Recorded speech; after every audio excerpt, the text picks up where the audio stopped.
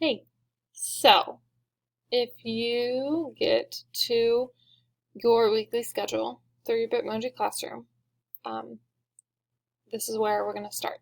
So in your weekly schedule, the current week is at the top. We're in week 3, so you're going to need to scroll down until you get to week 2.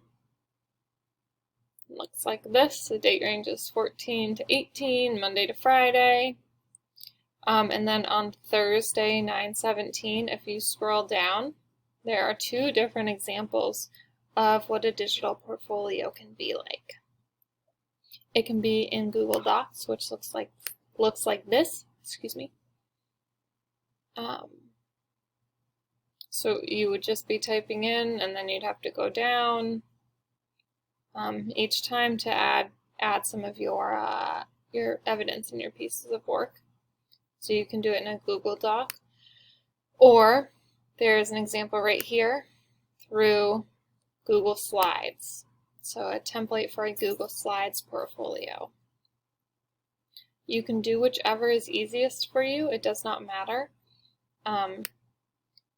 Do whichever is going to work for your brain. My brain, I think, would have an easier time with the Google Slides portfolio.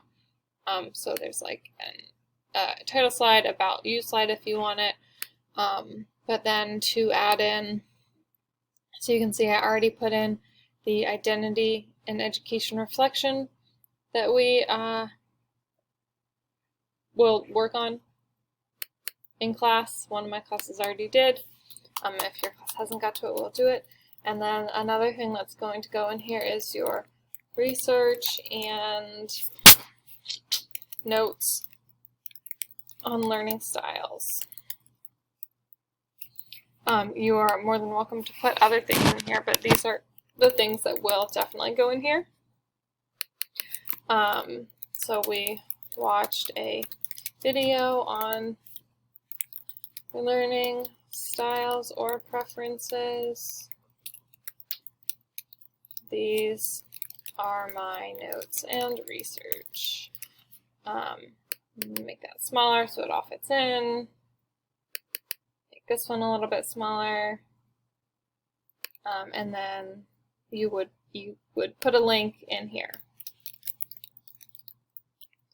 So you can do your digital portfolio like this to update it this way in Google Slides, or if you want the Google Doc, it's up to you. Whichever one you choose, you're more than welcome to use one of these templates as an example. If you're going to choose the Google Slides, you would go to File, Make a Copy, Entire Presentation, and then you would put your name here. So say that I'm making one for my dog for whatever reason. Her name is Soleil. This is her last name. So it would be her digital portfolio. And then it is your own copy once it loads.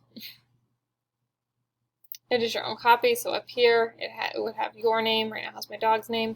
Go through and change your name. Your name is not Miss Waddington. That's my name. So make sure that you put your name up here. If I can type. There we go. So that's how you make your digital portfolio. If you want to make one on your own, great. If you would like to use one of these templates, either in Google Slides or Google Docs, have at it. Either way, make one and then make sure you share it.